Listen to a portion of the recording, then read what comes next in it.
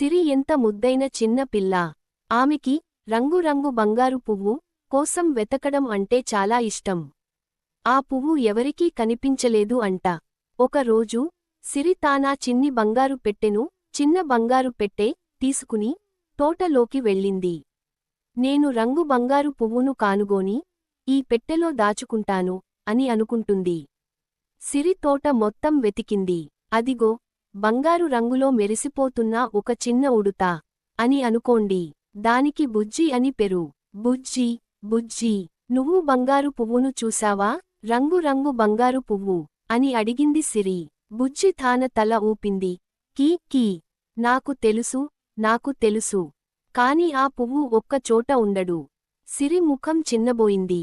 అంటే నేను దానిని నా పెట్టెలో దాచుకోలేను అంటా? బుజ్జి నవ్వింది.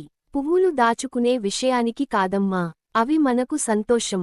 బుజ్జి తానా చిన్ని వాటిని వాడింది. మరియు సిరికి ఒక ఆలోచన చెయ్యండి.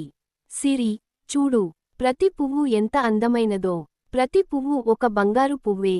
సిరి నలుపు రంగుల పువ్వుని చూసింది. అప్పుడు ఆమెకు ఒక పెద్ద ఆశ్చర్యం కలిగింది.